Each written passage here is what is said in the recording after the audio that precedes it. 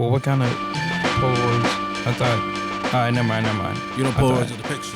Well, yeah, but I thought they were gonna be acrobatic, erotic type shit. Acrobatic erotic. That's what I thought the vibe was, but we can change it up. Do whatever you need to. We could switch it up. You know what's crazy? Cool. This is the California special, and I still have no intro to this. So, without further ado, ladies and gentlemen, welcome back to the Ayo Chill podcast. Off the rip. My name is Beto, and I am your host. And today is crazy. We're actually sitting here at a military base. I don't want to give out. Do I give out the digits? I mean, it's it's public information, right? 93043. You know what I'm saying? It's Port Hueneme, bro. Every time I see it, I want to say humami. I don't know. It's so bad. But fellas, welcome to the podcast. I want to really thank you guys for coming on. If you could go ahead and take a minute and kind of introduce yourself. We'll start with Tyler, just because the people already know Tyler. Yeah, how you doing? My name is Tyler Reyes, aka Young Leche. Moved to California roughly about 4 years ago. Active duty in the military, and then ever since then I've just been here. Lewis, that's my day one. Grew up together in Jersey, and then just came out here. Thank you for coming out here, by the way, too. You know what I mean? Yeah, of course, bro. It's definitely something cool, something for him to experience. I enjoy the time we have together. And, yeah, that's basically it. My boy. Yes, sir. Go ahead, introduce yourself, man. Yeah. I'm D'Angelo.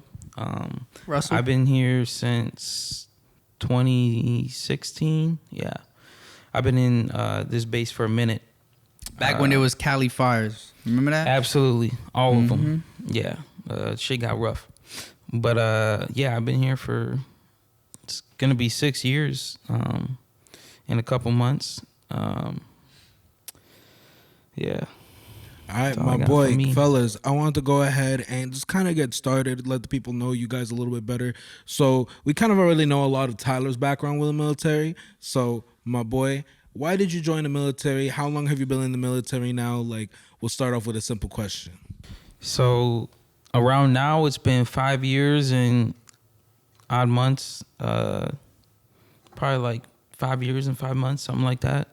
I actually joined 100% for the benefits because as it goes in high school, I was a piece of shit, I didn't have bad grades, but I didn't have any scholarships lined up, no college or nothing like that.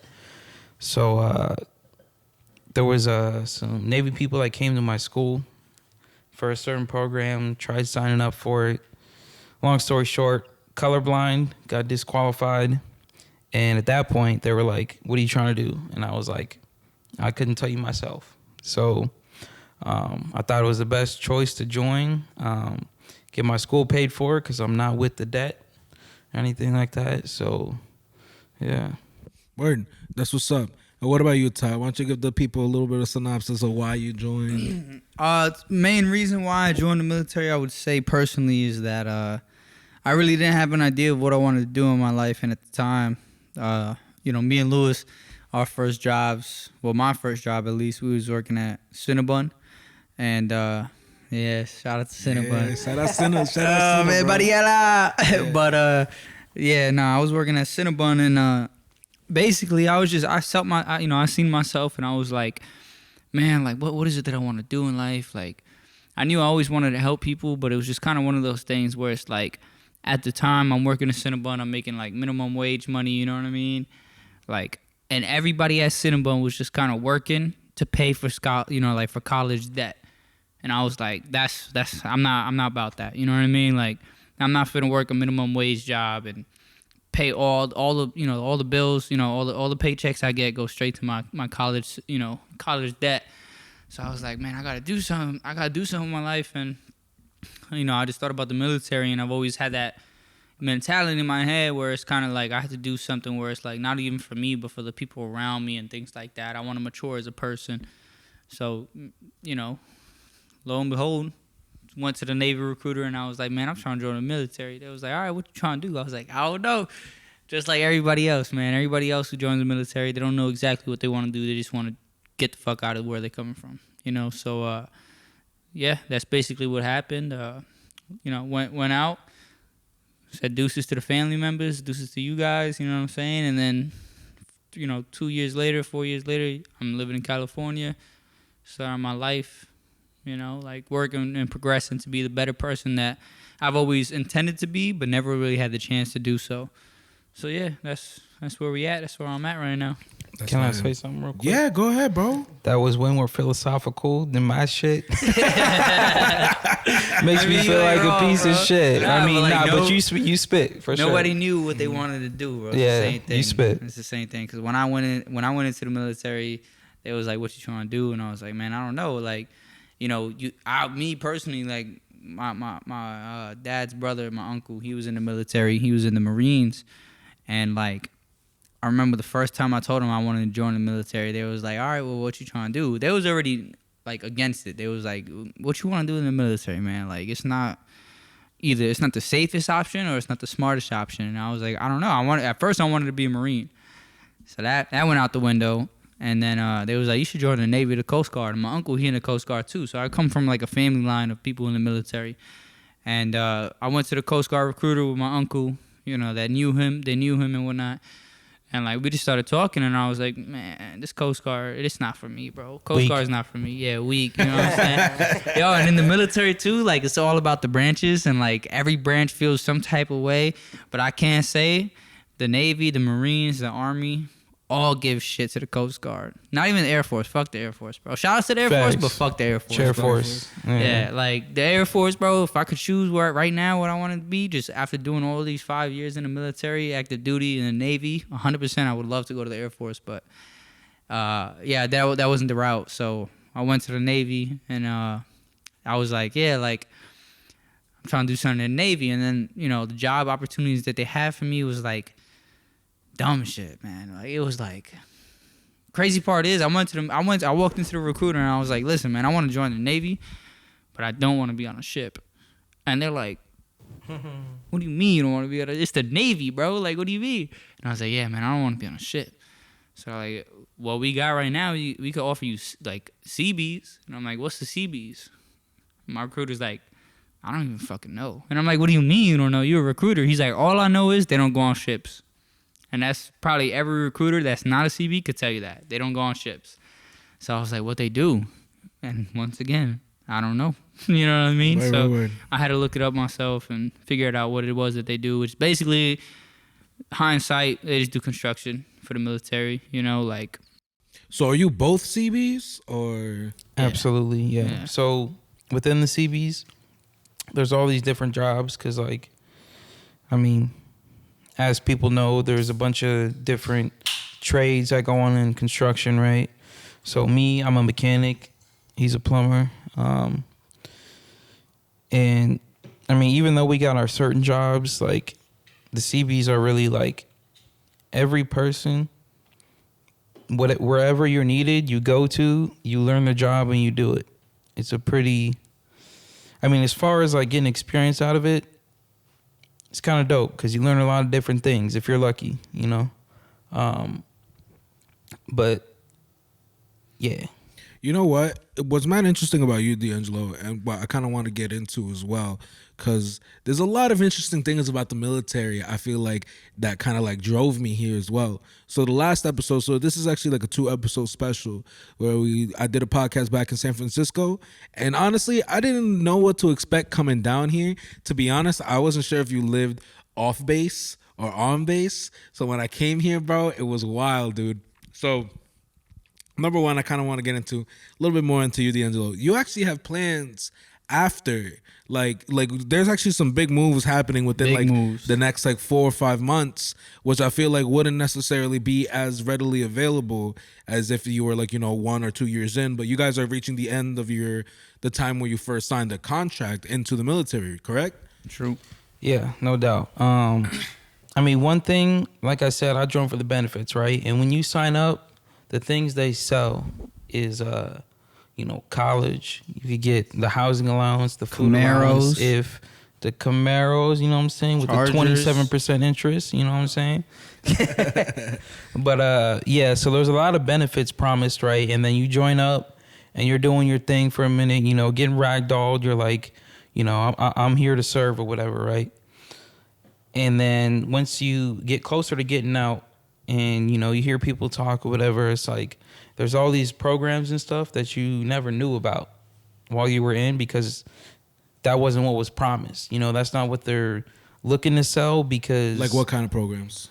So one that I'm trying to do, it's basically like an apprenticeship program, right? Where I'll still be in the military, whatever, but since I'm separating, I'll be able to work with the company doing what I want to do once I get out. So it's one of those programs that is not talked about a lot because it's not ideal for, you know, whatever command you're at, right? Like, they need you to be working, they need you to be available for whatever, right? But, you know, if you talk to the right people, hear the right things, you could find out a lot of shit that's good for you. And that's what I'm trying to do, because it really helps set you up, like 100%. Word. Yeah, depending on whatever field you want to go into. Some restrictions here, there, whatever. But it's a really good program to set you up and to make sure that you're good, because as much as, you know, they want you, you know, the military, whatever branch you're in, as much as they want you, if you're separating and, you know, you earned your benefits, you know, get what you deserve, you know, there's definitely things to take care of you. Word, that's what's up. And after this, like, speaking about this, because it's funny, when I first met you, actually, you know, I'm not even gonna try to be like PG. Get into it. Right? I'm not even gonna try to be PG about this, all right? Because we're definitely gonna have to enjoy the beginning of this podcast, because there's some serious shit that I actually want to get into about the military. When I first met you, what was it? Well, technically, I first met you on the phone, right? Yeah, FaceTime. FaceTime, right? What did I say, Ty? I don't even remember what You want me to say what you said? Yeah, because honestly, I forget, because I be spitting random shit all the time. Oh, well, I'm gonna tell you straight up. Listen. First time he ever. It's the same shit with Luis, man. If you know Luis, man, you know that man's a character. So I remember the first time he even met my wife. At the time we had picked her up and we was driving her back to the Bronx, and like I was like, "Yo, Luis, I need a ride, or I need somebody to ride with. I don't want to ride by myself." And he's like, "Bet, bro, I got you." As soon as he hops in the car, he's like, "Yo, what's up? My name is Luis. I like to suck dick." Yo, and she's like, "What, bro? Like, what?" Bro, I just like the shock factor. Yeah. Like, it's mad funny, because like for me, it's like I feel, especially doing this podcast too, like a lot. Like I love making people feel comfortable. You know what I mean? I feel like that's one of my great skill sets. Sure. But besides making people feel comfortable, I want them to feel like weird. You know what I mean? Right. I want them to feel so uncomfortable that whatever comes next is guaranteed gonna be comfortable. You feel me? Right. So like, and on top of it, it's kind of funny too, because like at the time she was like a new girl that was in Ty's life. You know what I mean? And I'll be honest, shout out to the love of my life, L, but like at the time, like I didn't know she was gonna be staying around or not, right? So I was like, damn. I was like, if I'm gonna go to this late ass drive all the way to the Bronx, by the way, right? It was like 11 a.m. 11 p.m. Yeah. That's not, but it was gonna be late by the time we got back. It's gonna be like 1 a.m. something like that. I was like, damn, if I'm gonna go over here just so you could drop off some random girl who ended up not being a random girl, she's just, yep. Mm-hmm. This man's cuffed up. But, you know, she ended up not being a random girl. But at the time, I was like, yo, I'm going to go with this random girl, going to drop her off and shit. I'm going to have fun. You know what I mean? Because it's not like I'm getting anything out of this, right? So he got food out of it. No, I did get food out of it, though. Come on now. That was good. Kennedy's fried chicken. Sheesh. In the Bronx, bro. Yo, that's something I got to learn about. Fire, bro. Fire, bro. That get some KFC, and it's not the white man KFC, you know? Right? but the first time I met D'Angelo was through FaceTime. Yep. And what I say, bro, I honestly don't remember what I said. You told him, basically, like, I was like, yo, this is my boy D'Angelo, my roommate, blah, blah, blah. And he's like, yo, what's up, man? You trying to get your dick sucked? Then prior to you picking up the phone, I was like, yo, this is Luis. He probably gonna off the rip talk about sucking dick. He did that shit, man. You picked up the phone and he was like, yo, what's good, man? My name Luis, bro. I like sucking dick. And I'm like, he was like, hey, You know what? You kind of cute. You know what? Pull out your dick. Oh, Bruh, it's because like, what are you like? Honestly, like, what are you gonna do on FaceTime to me? You feel me? Pull out your dick. you finna pull out his dick. I guess so, right? Yeah. What's the worst that could happen? He don't pull out his dick. So what we were talking about before a little bit too is like your after plans for like after all this, right? So I know you're talking about the benefits of like, you know, doing different things, but you're not necessarily in a field that you want to be doing after this. Like, what ideally would you be doing after the military? Yeah, so I mean, when I joined the military, it was like I'm gonna suck it up, man up, do what I need to do, right? So I joined as a mechanic, having no prior experience, right? Because it's not required or whatever. So whatever job, like you take the ASVAB and they're like, oh, these areas you did good in, you pick jobs based off that. A couple other things too, but like, so I joined as a mechanic, right? I get here, or I go to the training, right? I go through it, and I'm a studious ass fool, as they say. You know what I'm saying? Nah, but actually I didn't study that much. But basically, like, book work comes natural, right? I could do that shit. And then I came to, like, my actual command, whatever, where I got to do, like, the real work, right? I pull up, and none of the shit that I learned was, you know, what we're actually doing, right? I'm not going to say none, but, like, what they prepared us for is not what actually happened, right? So you get here, and it's like you got to learn a whole new world, right? Because it's not only, like, the mechanic work of your job, whatever, but you got to learn the Navy shit. Because they tell you, like, you know, you got these watches, you got, like, all the admin stuff to take care of or whatever. So I joined, and I'm, you know, for a few years, or like a year or two, like, I'm thinking, I'm working, I'm like, this shit's not for me. Like, I've been new, right? Because I was a mechanic before this, and doing it, I'm like, it's not rewarding at all, you know what I'm saying? I mean, I get why people do it or whatever, and yeah. So how I grew up, my dad actually taught me a lot about cooking, right? From a young age, I was cooking for myself, cooking for my family, all that kind of thing, right? He be chefing it up, not gonna lie. Nah, you haven't even seen the Wait till we get the microwave, boy. We still don't got a microwave in this house. Wait till we get the microwave. Yeah, but I mean, I definitely been like, there was a while, I didn't know what I wanted to do until about a year and a half ago. Cause like, I was like, yo, I'm about to come up on the time where I got to re-enlist or I got to get out, right? And I mean, a smart decision would be to re-enlist, to, you know, get college taken care of while you're in and do it while you're out, right? Because that's what hella people do. And I was really on the fence because that was my whole point, was like being responsible. That's why I joined. Like, I need to do this shit for me, set myself up, whatever, right? But the way shit worked out, it's not for me. You know what I'm saying? No part of it made me happy.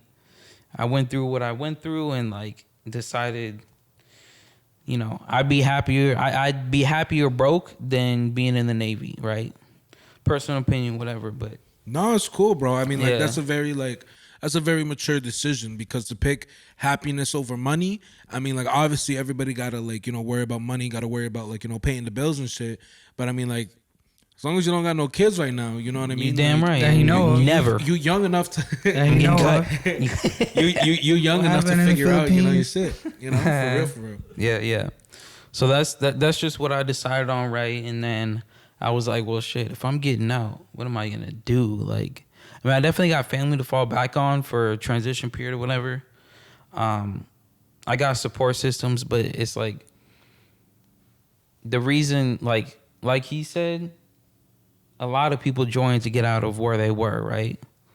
I'm from Vegas, and I don't like Vegas. Like, there's obviously good shit about it or whatever, but like, I definitely wanted to get away from the people, the place, everything, right? So I was like, damn, what am I gonna do? Like, I can't go back to where I was. I can't go back to hanging out with the same people type shit. And knowing that I had never lost my love for food, right? Like, I love cooking, and overall, I love food. Like, if anything, but I love exploring food more than cooking it. But if I can be a part of the process just to learn more, you know, that's what I'm gonna do. Like, I love food. Like, you should see his cultures. fucking TikTok. You see his For You page. That shit. You know what's funny?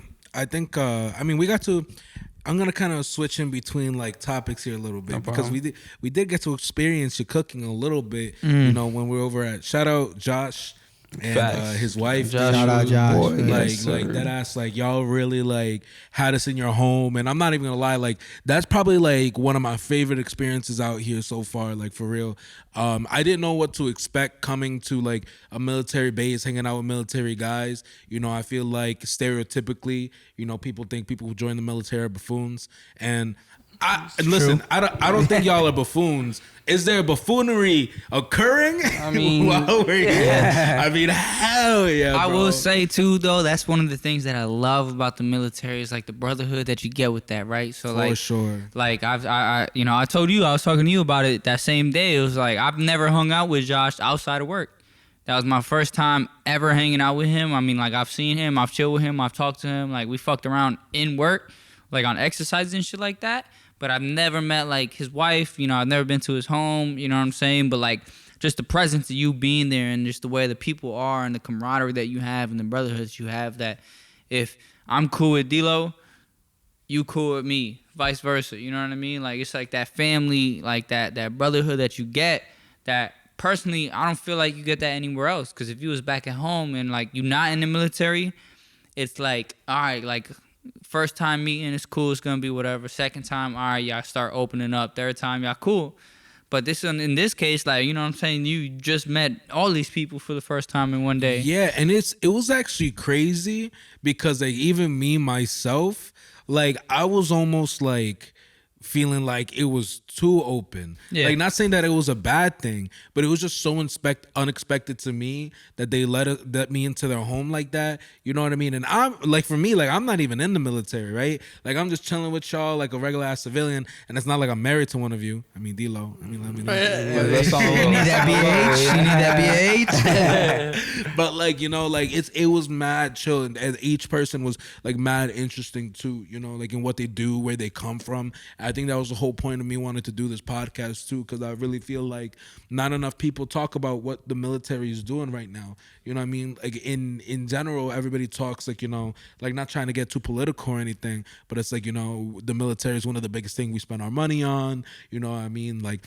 sometimes people think like, you know, people who come into the military, like, you know, are just people who like, you know, didn't do good in school, whatever. And sometimes it might be the case, but like most of the people who I see, like who are in the military and whoever I've met like with y'all so far, like they got plans beyond this, you know what I mean? Yeah. They definitely got plans. Yeah. Like, you know, I think Josh, like he wanted to go to Europe or something, you know what I mean? And that was mad fire, you know, him trying to like, you know, pursue his goals. You wanted to be a chef and everything, and seeing how much you enjoyed yourself in front of the grill, you know, and Ty, you know, figuring his stuff right now too. Yeah, you know, like I know, working like, on it. Yeah, you know, they're working on it. Yeah, it's like little by little, you know, you're figuring stuff out. But like the camaraderie is just like really beautiful out here. You know what I mean? Yeah, because you know what it is. It's like we all realize, and we all like at the end of the day, man, we humans. You know what I'm saying? We all have emotions. We all go through the same shit everybody goes through. You know, some person.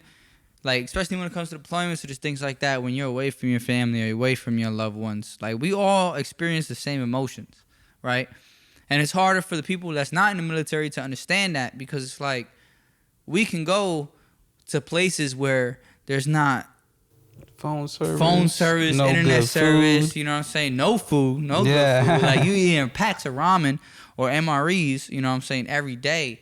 And it's like the only people you have around you is the ones that you're working with. The only people that have communication with is the ones that surround you. You know what I'm saying? So, like, you grow up or you keep working, and the only relationships that you develop is the ones that are around you, with the people around you. So we all have that thing where not a lot of people understand that's outside of the military, is the fact that we all share something in common. And we embracing the suck. That's what we call it. You know what I'm saying? Embrace the suck. This shit sucks. You know, we just came back from deployment. It was supposed to be 6 months.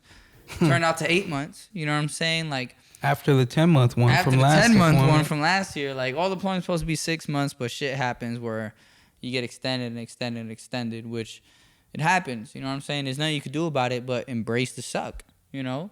Joke about the shit. Like, it sucked. No doubt. It sucked, man. Like, you know? Talk to me a little bit about deployment, because what's mad interesting to me is like how much you get to travel with the military. That's and true. like what happens like at deployment. So like, for example, what kind of places have y'all been to? So, well, Write before that shit on the list. What you... Oh, shit, yeah. So before, well, having to do with this, right? But before, like, I dip into like each deployment or whatever. One thing that he was talking about that's dope about deployment, the people you got around you, right? Like, so before deployment, like, I knew Tyler, right? We knew each other before deployment, right?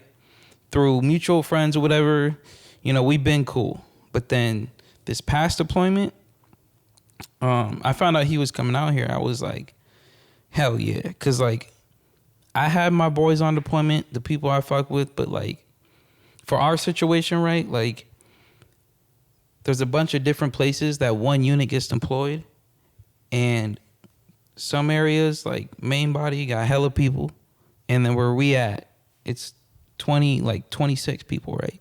So, small-ass group. Get tired of people real quick, right? Very quick.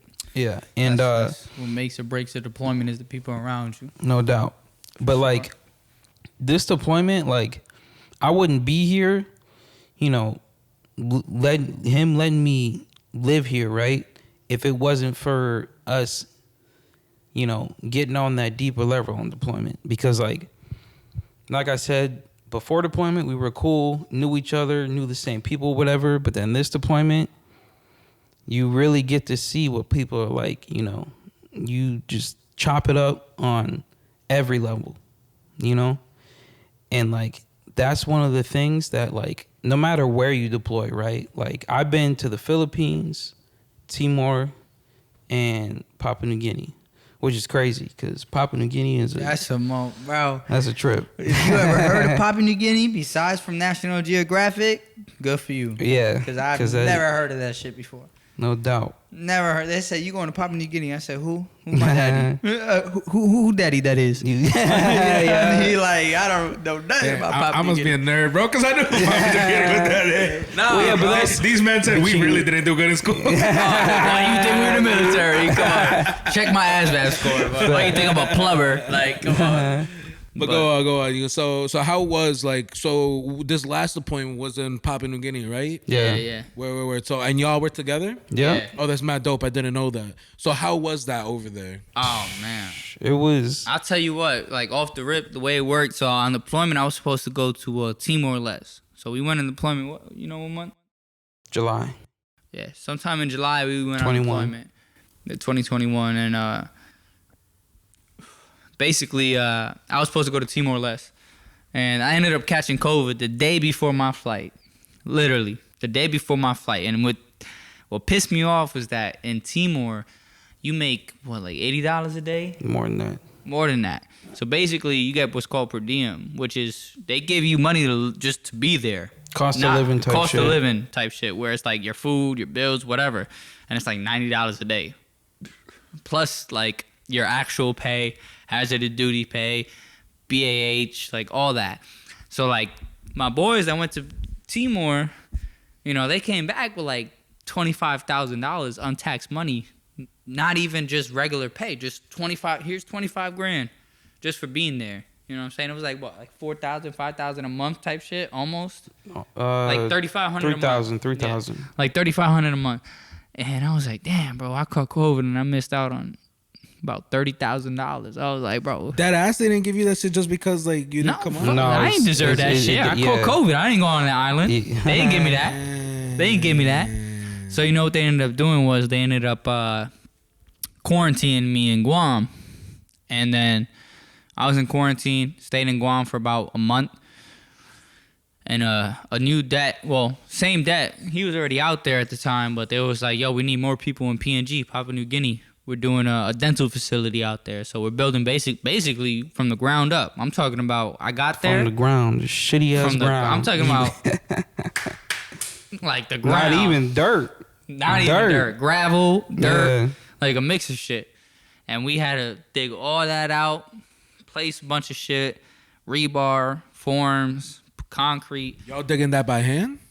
Yeah, a mixture. I mean, it was definitely we had equipment. You know what I'm saying? We definitely had like skid steers, which is basically like small. Not even, how would you say? Was that a bucket truck? Not even a like bucket truck, because a bucket truck is like big shit. But I mean, we had the basic construction equipment for excavating and shit, to a certain point, especially because of the way the site was laid out. Yeah, that shit was on a fucking hill. You couldn't get crazy shit in there. And First of all, before you even say that, bro, we was at the project site, right? Sitting down. For those of you at home, never heard of Papua New Guinea, don't know where it's at, because I can't even... I've been in that bitch, 7 months? Australia, across the street from Australia. Across the street from Australia. I still don't know where the fuck that's at. But we are in Papua New Guinea that averages 98 degrees a day. Averages 100% humidity. 100% humidity. You go out that bitch, you sweating. As soon as you wake up, you sweat. You get out the shower, you sweating. Yeah. It's just hot. It's just hot. Y'all ain't got no AC, nothing? In the rooms, it was AC. We had AC. But the way the rooms was, it was Connex boxes, which is basically like shipment containers, right? So it was like shipment containers. And you basically had your own shipment container to yourself. So it was literally a hotel full of shipment containers. And then they cut the shipment container in half where you had your bed, a sink, and then in the back of the shipment container, you had a shower and a toilet. But that shit, like, so like the bathroom or whatever wasn't insulated, right? Yeah. So you walk in the bathroom and you didn't leave your door open with the AC or whatever, it's hot as fuck in there. Like, that's why you step out the shower and then you start sweating. Like, y'all take showers with cold water or hot water? Depends on the day. It depends on the day, and at the time too, man, I didn't realize. So in the States, you go to the right and it's cold. It depends on the room you were in. It depends on the room you was in too, because I walked in the shower the first day and I had to shower really bad because I was on like 3 flights just to get over there. Which, by the way, Papua New Guinea, to get into Papua New Guinea, super hard, bro. True. It's not like COVID's a part of it. COVID's a part of it, but it's not like me or you. Like, if we had money and we just wanted to go to Papua New Guinea, you still can't even buy the flight. No matter how much money you got to fill out forms. You got to get fucking everything filled out. And so just the process to get into Papua New Guinea took a month and a half. We were filling in paperwork a month before we even left to Papua New Guinea. No one knew if they were going. We were just filling shit out, giving all the information we need just to get approved to get into the States, man. And we get there, and like I was about to shower, and I turned the shower on to the left, because in the States, you turn the shower to the left, it gets hot. To the right, it gets cold. Nah, I turn that shit to the left, brick. Turn it to the right, semi-brick, and I'm like, I don't got hot water, bro. Mm-hmm. Like, I don't even think I want to shower, bro. And I pulled up like evening time, almost nighttime, so I was like, I'm freezing my ass already. Plus the AC's on. You know what I mean? Like, damn, I really got to shower in this shit. So I step in the shower and I'm,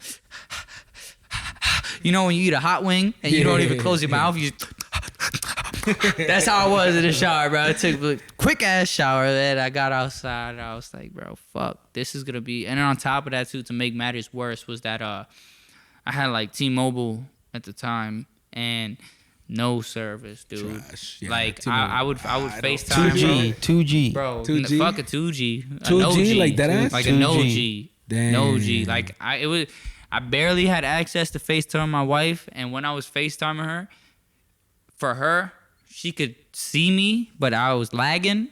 But for me, it was just poor connection the whole time. That's trash. So I'm like, damn, I don't think I could do this. You know what I'm saying? Straight up, I was like, I don't think I could do this deployment. Well, I think that's a good segue, and we're gonna get into some heavy topics now. So it's like, at any point, if you guys are just like, yo, I'd rather not talk about it, just let me know. It's cool. But as long as y'all open, like, I'll be more than welcome to have you on. I'll talk about stuff. But what I really wanted to get into is really the mentality that you guys get when you're on deployment, and what I see throughout a lot of the soldiers and servicemen who are out there. I've heard people, because I know Ty, I know you've had, I think somebody's like committed suicide out there. No, I know alcohol is very prevalent out there as well, and like going through like depression. Like, how do you guys deal with that out there? Is there any resources for you to deal with that out there? And if there isn't, or if there is, like, how do you get through it? Or is it just a time period where you're just fucked up in the head, and then you come back and you're like, gotta switch back to normal? Simple answer for that, I would say the way we handle that, the only way you can really handle that is with each other, honestly. 100%. Right? Whatever you go through, the only thing you can do, especially times like that, man, where it's like you don't have connections and things like that to reach out to home. All you have to rely on is the people around you. You know what I'm saying? Like, this whole deployment, I probably spoke to my family, my loved ones, once to 2 times a month. You know what I'm saying? You ain't had the opportunity to actually spend the time, whether it came because of work, because of PNG, Papua New Guinea, that goes through, what's it called, blackouts, right? The power will go out off at least twice a day. Yeah. At least. Yeah. Word. And So what's your take on it, DLO? So, to me, handling, all the shit like that is a mixture, right? Because it definitely depends on the people you got. Like, while we were out there, man, people were going through it, right? Yeah. And I'm talking not just like the people that we weren't cool with, but like, us in like our group or whatever, right? Bro, just multiple times I've cried. I cried on this dude's shoulder. I cried on multiple people's shoulders. It's just shit that's been going on, whether it's at home or whatever. And yeah, that shit happens. Like, you start drinking on the weekend, you have a few too many, whatever, and then shit just comes out. But there was people on the work site showing up to work at 5:30 in the morning, crying their eyes out. Like, what do you think would be like the cause mostly of like what's causing them to like falter mentally? So it's a big mixture, right? Because all the typical shit, you away from your family, can't talk to people, bad conditions, whatever. But also, like, when you're there, right, like, who you're working for matters. Because if who you're working for you don't respect, and they're just making terrible decisions and not looking out for you, even though they should as leaders, that ruins everything. Because it's like there's no break, right? So say you show up to the site, right? You go there, you work your ass off, and like me personally, I wasn't even working as hard as him or other people at the site, right? Because my job, I'm somewhere else. Like I'm doing mechanic work somewhere like in a different location, still on the same base or whatever. But like I wasn't on the site every day, breaking my back, lifting wood, lifting rebar, all that, right? That was every once in a while, whatever. But you do that shit, right? You go home for the day and they're like, hey, you got this training, we got this class, and then you try and have a couple drinks at dinner, and then it's like, oh, relax, you're getting too loud or whatever. And at no point, the only point you can relax is in your room, which is a fucking shipping container. Like, there's not many times you could truly relax on deployment, because in, higher leadership mind, there's no time to relax. Like, the point of deployment is to work your ass off. That's what people say, right? That's what we do, is work your ass off, right? But there's not enough chances for you to take care of yourself and to worry about whatever is going on outside of work. Especially when inside of work, there's problems too because of leadership, right? So everywhere you turn, there's stupid shit going on. And like we said, very much matters about the people you got around you. That's really all you got to rely on. Because I tell you what, bro, there's been times like when deployment, like towards that very end of deployment, when we supposed to be done working, getting ready to turn over, right? That's what we call it. We turn over the project with the next battalion that's coming through. So, for example, let's just say, hey, all right, we poured the concrete for this pad, this whole pad, right? Like this 40 foot by 16 foot pad or whatever that took 3.5 months to do. You know what I'm saying? Because you got rebar, formworks, all that.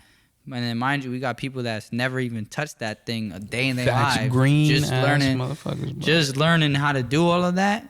You know what I'm saying? You're doing that constantly every day. And it doesn't help that it's 100 degrees out with 100% humidity. That's what killed us. You know what I'm saying? That heat that we're not used to. Because you in California, SoCal is hot, but it's not 100 degrees hot. You know what I mean? Nowhere you go is 100 degrees hot. But it's like you out there and we at the end of deployment and the leadership, right? We call it leadership, which is basically the people that's in charge of us, that's telling us our day-to-day schedule, our plans, what we have to get done by the end of the day, what's the deal, basically. And they are telling us, like, we're close, guys. We're so close. We're so close. We're so close. We're not going to push you. You guys have worked so hard this whole deployment. You've given up so much this deployment. And all we got to do is pour this pad. And military and deployment schedules, we work Monday through Saturday, right? 5:30 in the morning, all the way up to 3 p.m. 5:30 a.m. Well, that was the altered schedule, right? Because before, for us, we had to alter the schedule because if somebody got hurt, because you're on a construction site, it's very easy to get hurt. You're dealing with saws, you're dealing with equipment, you're dealing with operators, you're dealing with a lot of shit that could fuck you up. And so, they changed the schedule so that way if somebody did get hurt, excuse me, you could get a medevac out in that time because Papua New Guinea was so isolated that it was damn near impossible to get a medevac out. So we changed the schedule from, 7:30? It was, it was like we left at like 6:45 and then we worked until 14:30. Nah, it was like 17, but that was depending on what got 5 done. p.m. That's 5 p.m. But yeah, so we was leaving at like 5:30 a.m. working all the way damn near to 3. And there was a point in time where we was working Monday through Sunday every day for 2 weeks straight just to get this shit ready. When, mind you, we already passed our schedule. We already passed our deadline. We already passed where and what we needed to be passed for deployment to end. We did everything that they wanted us to do. 2.5 weeks prior to the end of deployment, we met our criteria. We met what they wanted us to do. But they was just giving us the extra nudge, talking about we have one thing left to do. When in reality, that wasn't our call. You know what I mean? Like at the end of the day, it was higher up, like the CO's call. He wanted us to do it, but on paper, on print, what we planned for prior to even going on this deployment, what we planned for was not even getting up to that level. We already surpassed what the hell they wanted us to do. But they was like, yo, we already here. We got extended again. Might as well. You know what I'm saying? So I get how everything kind of like really sucks. You know what I mean? Can you guys talk about a little bit? So I know like substance abuse really happens to Not sponsored. My bad. Not sponsored at all. Not sponsored at all. Please don't sue me. The wine's not sponsored either. But if you want to, I mean, yo, shout out to Butter Wine. You know? We make it look good. We make it look Bud Light. good. Mm-hmm. But can you guys talk to me about how, because like, like we could obviously sit here, crack a few cold ones and be fine. But I feel like a lot of people, like when they over there, it's kind of just something that it falls to. You know what I mean? And I feel like it's either you fall either to liquor or, you could probably find some help mentally. How readily available is, therapy rather than alcohol? 0%. No. Nothing. So no here's the such thing. thing as therapy when you're on deployment unless you're in a main body site. Yeah. Where On there's like actual detachments- facilities or whatever that can handle it. On detachments, PNG, perfect example. There's none of that. Besides, like we talked about, people around you, right? I can't tell you how many. You remember William, fucking Mitchell. Yeah. Will. Yeah, Yeah. man. Shout out Shout Mitch, out bro. Mitchell. Shout out Mitch. Mitchell's the boy. You know what I'm Yeah, saying? Mitchell the Like me and him and a couple other guys, like we've had heart-to-hearts.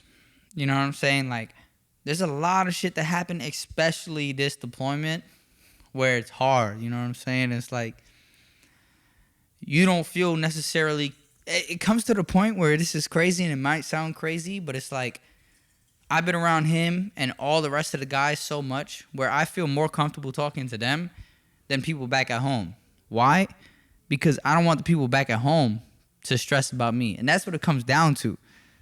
They're always going to stress about me regardless. Like, they're stressing about me when I'm gone. The day I leave, they stress about me. And to mitigate that stress factor, it's like, let me not lay my problems down on you because you have enough to worry about. Like, same thing with Elle, my wife. Like, I don't want to stress her out more than she needs to be because she's already stressed out with everything that's going on. So all you really got is these guys to rely. You know what I'm saying? You're relying on these guys. You're relying on them. So when it comes to, like, alcohol or things like that, I mean, yeah, like, you know what I'm saying? Like, not every day, but, like, there's some people that could drink every day. You know what I'm saying? They have a couple beers literally every day after work just to calm their nerves. You know, I'm not saying they addicted to this shit. Nah, but, like, you know, they'll have a couple of beers just to calm themselves down, and they don't act a fool, none of that. You know, they'll go to their rooms alone, watch a movie, drink some beers just to calm their nerves. When it comes to alcohol and things like that, it's like when you're on a deployment, when you're on a detachment where you think about this, man, there's nothing there, right? Besides work. You work every day. You got a gym that they don't even let you go to. Remember, we started going to the gym, bro. We would go to the gym at 4:30 in the morning. And the gym was hot as balls, bro. And not anything. I mean, you could put some kind of work in, but it was very much based on. It was worse than Planet Fitness. 100%. Leave it at that. 100%. Leave it at that, bro. You know what I'm saying? Planet Fitness is cool. Planet Fitness is cool, but it was worse than Planet Fitness. You know what I'm saying? They didn't really have shit for you to build. And then on top of that, right? So you got people that, let's just say, if you want to cut, cool. You could cut. No problem. It's 100 degrees out. You know how much fucking sweat you lose? Well, you know, at that time, you could cut easily. You could cut easily. But if you want to bulk, ain't no way. That food out there, you ain't bulking. When we went on the project site and they changed our work schedule to 5:30 in the morning, we wasn't getting breakfast. We wasn't getting the breakfast that we chose. You know what they would bring to us for breakfast, bro? What? One sausage that wasn't sausage, bacon that was wasn't bacon, food. bacon Food. that was not bacon, and beans. It was one fried egg, Sweet baked beans for breakfast. Beans, fucking fake ass sausage, not bacon. I'm jacking it to this day. It was not bacon. And then like a cup of fruit. Wait, what kind of fruit? Some days it wasn't. It was some even fire ass fruit. I'm not gonna lie. Well, they had it had depends some on fruit. the day. And no, we made our own little mixture out of that, right? Because we had my homie. He out here from Cali. He's a Mexican. He's not. He's Chicago. He's from Chicago. Martinez. Yeah. Oh yeah. Shout out Martinez. Shout out Martinez. And he bought like it was a fake tahini. It was a chili powder mix, and then he got lime, and he would throw the lime on the fruit and throw the chili powder on the fruit. Oh, that's what's gas. That's you know what I'm saying. You eat that shit at like 7:30 in the morning. Like, let's go to work. You know what I mean? Like, it was fire, but it's just like, bro, you can only deal with that so much out of the day, man. So, like, I know you guys are pretty chill, but did you see any of, like, you know, your brothers and or sisters out there kind of like, you know, really struggling with that stuff? Yes. Boy, there was more than a couple. And then like how, like, did they end up getting better? Did some get so worse that they ain't get better, bro, until they came home. Honestly, Nobody got better. I was about to say there's. We've had people that was on the brink of suicide multiple times. And there was fights, some shit that went down. Yeah, international conflicts. Can y'all talk about that? I mean, not really. All right, not really. But it said without so and so, something had happened where this dude, cool boy of mine, like I said, we was all a big group, you know, big family, but like, well, we don't gotta drop no names. I wasn't gonna do that, but we, you know, basically it came to the point where it's like, man, we had enough of this, you know what I'm saying? And it's not only the fact that we got problems on deployment at deployment sites, we got problems on deployment at home that we had to deal with. Nobody else deals with that shit. And like he said, man, if you don't trust your leadership, the people that are leading you, if you don't feel comfortable talking to them, because it's like, why am I even going to take my time out of my day to talk to somebody about something that they don't care about? Where am I going to get with that? So like my biggest thing is, you know, like being a leader and having people that's under my wing my biggest thing is, and I tell this all the time, bro. Like, as a leader, as somebody who's people look up to me and expect me to do certain things, the only thing for me that matters, regardless whether I get in trouble or I don't, is mental health. Because I've seen how that takes a role on everybody. You know what I'm saying? Whether it's myself, whether it's him, whether it's the people around me. You cannot tell somebody, yo, we're going to get through this day when they don't believe it. If you don't believe it, they're not going to believe it. If they don't believe it, you're not going to believe it. Because what's the point of having somebody work for you where they just don't have that motivation or they just give up? And I'm not one person to judge because I totally understand, man, especially where it's coming from somebody from the bottom who's seen their way around and worked up to the top to where they're at right now, but seeing how people just talk, and it's all talk, but it's not like they really necessarily care, because I fucking pour my heart out to leadership. I've told them what I'm going through, how I feel, and they say, yeah, you'll be good. Yo, 2 more months. I hope you out, blah, blah, blah. They don't do none of that. But when I take the time on my day and I want to talk to somebody and I'll say, yo, all bullshit aside, man, how you feeling? Oh, I'm all right. No, you're not. I know how you are as a person. I know how you work. You are not acting like the same person you are that I seen you a week ago. You know what I'm saying? Word. So I'm gonna take my time out of my day, stop what I'm doing, and make sure that you're okay.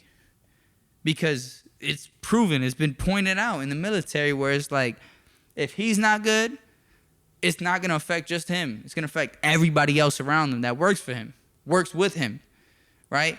It's that energy that you get. It's the energy that you suppress, right? So if he has bad energy or if he's just not in that mood, how is that going to feel to the people around you? How is that going to feel to your leadership? How is that going to feel to the people that work under you? If I show up every day with a fuck that attitude or I'm over this shit attitude, how's that going to push on to the people below me that I'm in charge of? You know what I mean? Word. So it's like, yeah, man, you have a lot of that on deployment too, man. And we've had that where it's like we've had people that was like I said, and I mean it, man, like on the verge of suicide, because it was like you have so much shit that goes on that a lot of people don't notice, a lot of people don't understand. Like, you can't talk to your loved ones, and then on top of that, when you do have that window to talk to your loved ones, it's not a happy conversation. To me, it's never really been a happy conversation. It's not like, I'm so happy to see you. How you been? It's, well, hey, it's been like 2 weeks since we talked. Let me fill you on what you've been missing out. So-and-so has this and this has happened. You know what I'm saying? Like, I remember crazy shit too was that I never told you this. I don't know if I told you this, but I was at the project site like a month before deployment ended, right? Well, it was supposed to be a week before. I was supposed to leave. But and I didn't tell my family that I was supposed to leave because I always keep my chances up there in case some shit happens. And my mom called me, and I'm at the project site, and I was already going through it that day. You know what I'm saying? Like, I was already like pissed off. Like, I was over the fact that we were still working, the only people working. You know what I'm saying? Like, all the other attachments, all the other places, everybody was done working. And my mom calls me. Like I said, it's been a minute since I've talked to him, and she's like, "Hey, Papi, how are you?" And I'm like, "I'm all right," typical shit. And she calls me, she's like, "Yo, like, I just wanted to tell you, I didn't want to tell you, like, earlier because you was on deployment and I didn't want it to affect you, but a month ago I got tested and I tested positive for breast cancer." And I was like, you know what I'm saying? And this is, at the time, I was already going through it that day with work, with the people around me. You know what I'm saying? Like, I was at my limit. And, I walked away from everybody. I walked away from the project site. We was on a lunch break at the time, which we only got like 30 minutes. But I walked away, and I was like, "What?" And she's like, "Yeah, I didn't want to tell you because I didn't want you stressing over it. I already knew you had a lot of shit going on. Blah, blah, blah." And I was like, fuck. I didn't know how to take it. I didn't know how to handle it. You know what I'm saying? In my head, I was like, let me just brush this off. Try not to cry. You know what I'm saying? And I was holding back tears, man. I was holding back tears, and I'm like, fuck. I didn't want to tell her, but I'm like, this is the worst timing that you could possibly give me. You know what I'm saying? I was like, this is the worst timing that you could possibly give me. I'm already going through it today. Because I had done all my work that I had to do. I had spent weeks on this shit that I had to do. And basically, they told me, like, the leadership, once again, that they fucked up. And that everything they told me was wrong. And I had to redo a bunch of shit, which did take, like, another week. So I was over it, man. And then I go on lunch, and I'm like, fuck, let me just eat my food, take a break, go back to work, get what I got to do, you know, like, do what the fuck I got to do, get it done. And then she calls me, and I'm like, fuck, bro, fuck. And I didn't, and my thing was, right, which is, like, kind of goes into play with what we talking about, is that I was down bad, and the last thing I wanted to do, especially some people, you know, like, as somebody who's in charge in certain aspects of certain people, I didn't want to bring the vibe down or, like, the worth ethic down. So, like, you know what I'm saying? I walked around the corner, I started crying, wiped my fucking tears away, turned back that corner, went back to work. Acted like nothing happened. And, like, shit was hard.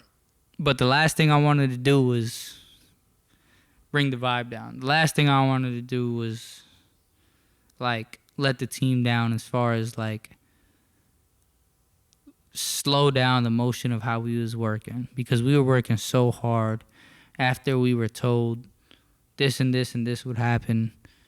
But I just felt like it wasn't, like, a team player thing to do. And it's not, like, on some petty shit, but it's just kind of something that, like, I grew up on. You know what I'm saying? Like, same shit we taught in the military, bro. Embrace the suck.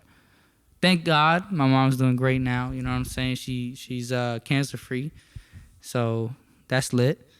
But it just goes to show you at the time, and it goes to show you that there's so much shit that a lot of people deal with in the military. There's so much shit that a lot of people have to deal with on employments. People who are having babies that miss their child's birth, people that miss their child's birthdays, people that miss funerals, you know what I'm saying? Shit like that, where it's like, not a lot of people think about that because it's like, well, it ain't me. You know what I'm saying? But that shit happens. And us being on deployment, us seeing the shit that happens, us seeing the way people interact, us seeing the people who we first knew and how happy they were or just whatever, seeing how a couple months takes tolls on people. You know what I'm saying? It's interesting. But it's fucked up, but it's stuff that I don't think anybody would understand until you're in that predicament, for sure. You know. Any thoughts on that, DLO? Yeah. So I know it's a lot to kind of That was like what, like 15 minutes? Goddamn, my fault. Nah, you good. So, I mean, boy spitting, no doubt. The biggest thing for me that, like, what I get out of, you know, all the deployments I've been through and shit like that, and, like, more recently with me deciding I wanted to get out, is, like, a lot of that shit definitely translates to, like he said, one thing that the military does not do. Like, I don't care what branch, well, maybe the Air Force, whatever, but, like, I don't care what branch you're in. Tyler said, you know, when it comes down to it, we're all human, right? We got the shit we go through. We feel, you know, all the same shit for the most part, right? Like, there's just a bunch of shit, like, all the emotions everyone has, you can find someone to relate to because that shit happens, right? But when it comes to the military, it's like, you're not seen as human. You're seen as a rank. You're seen as your job. You're seen as a number. And, like, that's one of the biggest reasons for me getting out, right? Because, like, as much as the military can offer you, whatever, what you go through and how they handle what you go through really shows, it really makes people think about their priorities, or at least I hope it should. Because there's some people don't mind getting fucked over. Some people love being at the mercy of someone else, right? And I mean, you know, do what you do, whatever. Like, I'm not, whoever wants to be in the military, whoever wants to stay in the military, like, that's your choice, whatever. Like, if you can handle it, cool. Stronger than me, but personally, I don't like getting shit on. You know what I'm saying? I like, if I'm gonna fail and if I'm gonna fuck up, I want it to be on me. I don't want to be in a situation where, you know, I'm taking repercussions because of some shit that someone else decided or someone else fucked up on. Like, I want this shit to be me. I want to do me. And like, deployment really makes you realize that, because it's like, with everything that everyone goes through, right? There's some people who get to a breaking point where, you know, they're drunk as hell, they start fighting or whatever, or break some shit, and it's like, oh, they fucked up. Everyone, no drinking, curfew, all that kind of shit. I'm not gonna say I know everything, but I'm fucking grown. Like, 23 years old, I'm making decisions for me. I'm supposed to be, right? Because that's how life is supposed to be lived. You're supposed to be making the decisions for you. Yeah. But then while you're in here, it's like, because of the lack of resources, the shitty situations, it's like, some people can't handle it well, and then you get fucked over for that. Like, that is not what I'm about. I'm not trying to do that shit. And like, it also points to the fact that if that shit's happening, there's definitely ways to fix it. They got the money, got the resources. Fucking fix it. But it all comes down to the mission, right? Like, you're here to do the mission. You're here to, you know, be a body for them to count for the mission. Even in that's one of the things I hate the most. Even being a number, like, they sent people on deployment that were getting out a month after being sent on deployment, just so they could have the right amount of numbers. And they went on deployment and had the very respectable and relatable mindset of, fuck this, I'm getting out in a month. You know, I'm supposed to be back home, setting my life up. I got a house to move into. I got to move my family wherever. But they send you on deployment.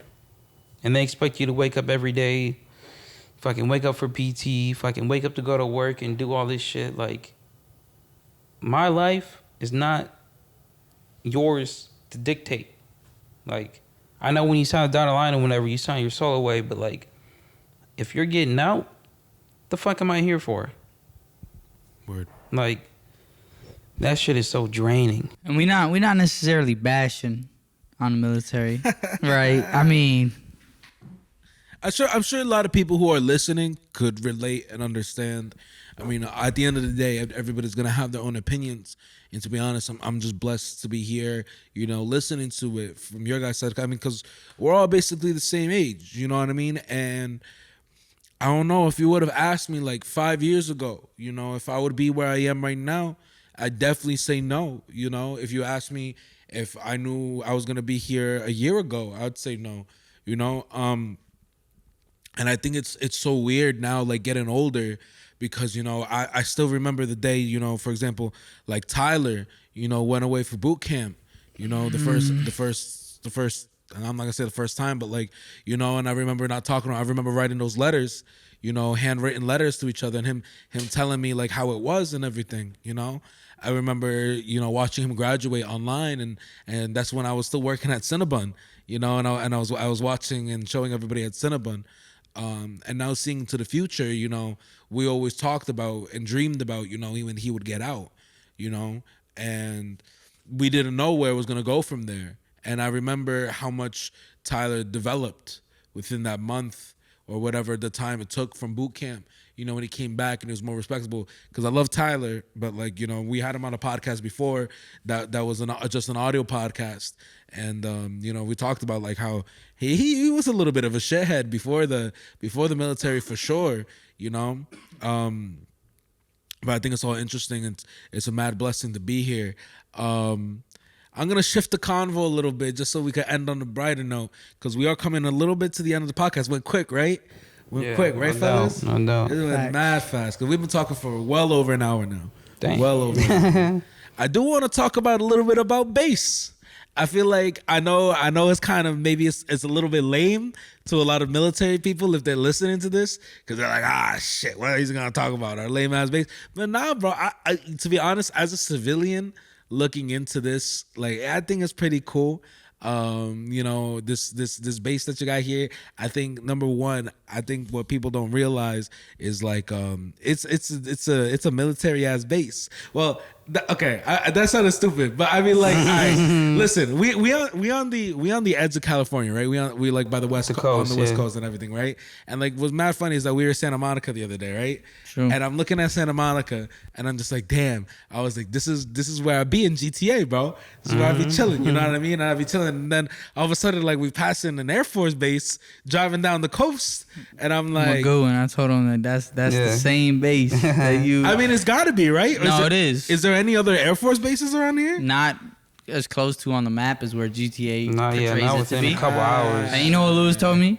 He said, "You want to get on that base?" I was like, "What you mean?" He's like, "I know a spot." He said, "I know." I know how to get onto that base. He's like, you know that jump right by the, you know, it's on the grass, and you hop over, and then you can get in the jet. And they got that, right? And I was like, I mean, shit, I never thought about that. Yeah. They might. And I will say what, bro, it definitely, I mean, like, it's not for nothing. If there's any place to come back to and call home and call base, you know what I mean? What another place than Cali? You know what I mean? I mean, it's gorgeous out here. Yeah. Or I don't know. How do you feel about that? So the thing is, like, as far as base goes, I mean, it's a nice place to live because, like, I mean, You got a 5-minute drive to work. Who don't want that? yeah, facts. You got you. I mean, you're right where you work, right? It's pretty safe here for the most part. Not too much crazy shit going on. Grocery store, regular ass store, whatever, gas station, all that, and like, I mean, there's definitely shit that makes living here easier. And also, we got very lucky because, like, I know a lot of the bases, like, shit, the one that you're about to go to, bro, like, there's a lot of bases that don't got shit going on. Don't like, say that. They might have. I told you that. It's diggities, bro. I mean, like, it is what it is, bro. Yeah, but honestly, one thing I've been thinking about. Well, it's one thing I've always taken note of because, like, no matter how shit is, like, you know, try and live in the moment, whatever. This base is beautiful as fuck. It's green as fuck. You know, they got people taking care of, like, the grass and shit, like a bunch of trees, real green. Sunsets go crazy on the base, and like, it's beautiful here. I mean, we're in Southern California. The only place you can get better is San Diego, which is like, that's a fact. That's all I've dream. heard, bro. San Diego's beautiful. That's all I heard. Never really been, but that's what I heard. I've been to the base before, and like, it's nice, and like, they got, you know, it's a bigger community, whatever, so they got a little more going on, but like, we definitely got lucky. But at the same time, it's like, after you're on the base for a few years, you're like, I can't even get Uber Eats on this bitch. Like, That's a fact, bro. I mean, it's small things or whatever. Uber Eats, DoorDash, Postmates, Uber in general. If y'all want to change that game and make money, Get on the base. Get on the base. Get your... If y'all want to change y'all game and make money, get base access. 100%. Because let me tell you, you know how many times I've been like, yo, bro, I want some Jack in the Box. McDonald's. Don't talk shit about McDonald's, all right? No, This motherfucker want to be a chef. This motherfucker want to be a chef. If anything, I talk shit about Jack in the Box. But you know that I fucking... Bro. My point is, bro, yo, if y'all want to make money, get base access. Hire people that got base access because you will make so much money, bro. For us, we have to drive off base, pick up the food, come back. What if we drunk? What if you lit? Y'all want a DUI in your hands? Because at this point, you know what I'm saying? At this point, you know, that's a lawsuit waiting to happen. Worst case scenario. On you? What the fuck? I'm not. I will say what? I'm not gonna lie. Like, like, it's not for nothing, but like, low key, like, and there's no hate on the base. It does seem kind of lax. You know what I mean? Like, it definitely seems kind of lax because, I mean, like, I'm not going to put any of the security protocols out there, but, like, you know, like, there's like, a couple guards at the front gate, and I was asking Ty, I was like, you know, what happens if something goes down? Like, how does that all go about? You know what I mean? And I was asking if there's any crazy stories, and you had mentioned something about a guy. I mean, do you still have the video to that? I would have to check. It's out there. That video's out there, bro. Because if you could get that video somehow, I'll have it play at the end of the podcast. Yeah. Summarize. Basically, there was a naked man who pulled up to base in his car and was not getting out of his car, and long story short, basically, me and my boys had just came from LA. We was tired as shit. We partied all weekend, and we just wanted to go back on base and go to sleep. And we drive to the base, and that shit is on lockdown. And we're like, bro, what the fuck, bro? It's like 8 a.m. Why the fuck is this happening? Like, we are fucked up, still tired. And this dude was not getting out of his car. So the MAs, like, drew out their weapons, started fucking pointing their guns at him. They threw a fucking tear gas through the fucking sunroof of his car. That boy was choking on some bullshit. Jumped out the car. Butt-ass naked. They tackled him butt-ass naked, and I was watching this shit live. Like, damn. That's crazy. When shit happens, shit happens. Right, yeah. And actually, like, a couple weeks before you got here, like, a couple gates were locked down just for an exercise. Like, the hours of the gates and shit change because, fucking practice makes perfect or whatever, and, like, training exercises go on for them to make sure that they can handle their shit. And it's like, damn, I have to fucking go all the way around to this gate. Very minor inconvenience, but I mean, the shit does, when shit pops off, if there's one thing, look, I'm not here to talk shit about, whatever jobs are in the military or whatever, but like, the MAs, like, people be MAs for a reason. Like, wherever it comes from, like, whatever, but like, it's the same thing. Well, shit, I don't want to get too political. People love feeling like they got power, right? People love to have a gun on their hip. People want to exercise their right to have control over people because it's the position they were put in. Stand up for Ukraine. Facts. Shout out Ukraine now, for real. Shout out Ukraine. 100%. But yeah, go ahead. Finish that thought. Basically, a lot of shit that goes down, and if something crazy goes down, there's people that have been waiting to fucking rush out. Yeah, they've been talking about that shit before they joined the Navy. They like, dream I can't about wait that to be shit. an They go MA. to bed saying, I'm finna stand at the gate with the rifle on my hip, and I dare somebody to press me. Nah, that's how it really be. And does anything, like, besides that, does anything actually really happen, or is it like? I mean, thank God, no. I mean, it's pretty, like, for the most part, because that shit he talked about, like, that shit made the news, too, because it was, like, that was a big thing, right? But... And I was tired of shit, bro. I just want to go to sleep. You know what I had to do? I had to eat at Los Arcos that day. That was the first time I had Los Arcos. That was the first time I had Los Arcos. By the way, shout out Los Arcos. Fire ass taco spot. We went there at like 9:30 in the morning, tired as shit. Like, yo, I'm hungry. I just want to go to sleep. But I heard y'all got some good ass tacos. Sure enough. Facts, fellas. Well, fellas, we coming here to the end of the podcast. To be honest, I really wish it wasn't the end because I could be talking to y'all all day. We can go. Yeah, I feel like there's a hell of shit that I wanted to get to, but like, that's just how this thing goes. You know what I mean? And I think if the universe wants us to all come together again, we will definitely come on here again. Even if it doesn't, we'll make it happen. Hell yeah, we'll definitely make it happen. 500,000 likes and we'll make it happen. All right, fellas. So how we usually end the podcast, if there's anything you guys like feel like you didn't get off your chest real quick that you want to get off your chest, now is the time to speak your piece. For sure. I'll let my man DLO go first. DLO. So I talked a lot of shit about the military. I mean, low key, whatever. High key. I mean, whatever I say represents me. You want to join, that's on you or whatever. Definitely balance the pros and cons. Really think about that shit. We ain't really never even said no pros though. You think about it, this whole podcast. But like no good food, no. But I mean, the biggest point: make your life what you want it to be. if you think that it'll be a good stepping stone like I did, I mean, if you can handle it, you know, do your thing. If not, do what's best for you. And the biggest thing, please don't sacrifice yourself. Well, don't sacrifice who you are to get to where you want to be. 100%. Because this shit will strip so much from you. And that's a decision you got to make. And that even applies outside the military. Whether you're thinking about joining or not, even completely separate, do you, don't lose you trying to get to where you want to be. Facts. How about you, Very Ty? true.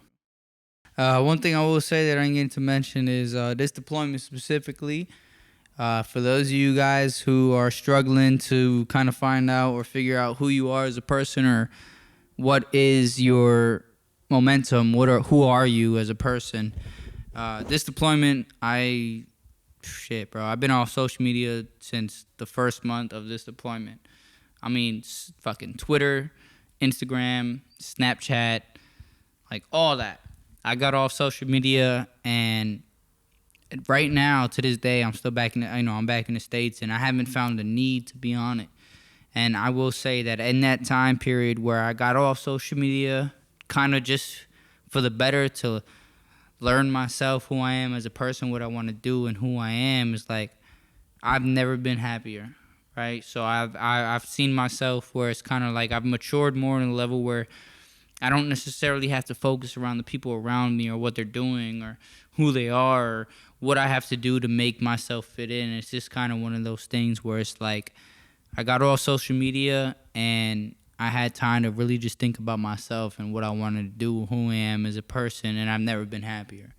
So if you ever feel limited or if you ever feel that you're kind of lost in the moment and you're looking around and you see the people and you're seeing what other people are doing around you and you're not happy with who you are as a person, I highly recommend that, maybe you take a break from things that kind of play a negative effect in your life. And I say that you take that time and you isolate yourself in a healthy way in which, you know what I'm saying, you could just be yourself and think about who you are and what you want to be and not really have to focus about what other people are doing besides yourself. Because the moment you feel isolated, in the moment that you feel vulnerable because you're not in that level where you have other people around you deciding your fate in that aspect, you're going to change as a person and you're going to blossom and you're going to feel completely different. And I highly recommend that to anybody who's struggling, whether that's with, self-awareness, whether that's with anything they're dealing with, whether it's anxiety, depression, stress, any of that. I feel like self-love is the most important love, and you don't necessarily understand it until you're alone or you isolate yourself from the world around you that are giving you negative thoughts or negative vibes that if you're not perfect in this picture, if you're not perfect in that picture, that you have to change for other people. Because you will never be really happy until you love yourself and then you understand your life's mission, whether you are told from a higher up, from God himself, or yourself in which you believe in, because that's what matters. So do not be afraid to take risks. Do not be afraid to isolate yourself in order to find out who you are as a person, and just be happy about it. Take every day step by step and just be thankful for being there daily. Church. Damn. Word, fellas. All right, fellas. That was hard. Well, it's been a real honor to have you guys on the podcast. Even though you just talked about not being on social media and stuff, now is the time to let people know where to find you on social. If you want to let them know if you on social anything, or if you're good, that's fine. Yeah, I'm good. If you guys want to shout out any, what's it called? People? Actually, I do have a shout out. Yeah, if you want to go ahead, shout out that, or shout out a charity, whatever the hell. My boy, Luis.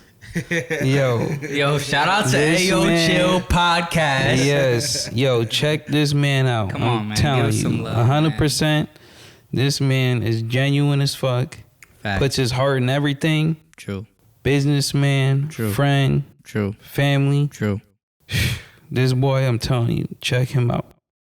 I don't really got a social media shout out to, but if y'all down, I'm ranked platinum in Apex. Oh, shut your ass up. He's trash. Nah, you gonna be sad. Actually, you know what? Hey, get his ass, put him on stream and see what he does. Yeah, all right. But also on top of that, man, shout out to Molly for dealing with all my shit. Thank you for dealing with and fucking just holding up the fort basically when I'm gone.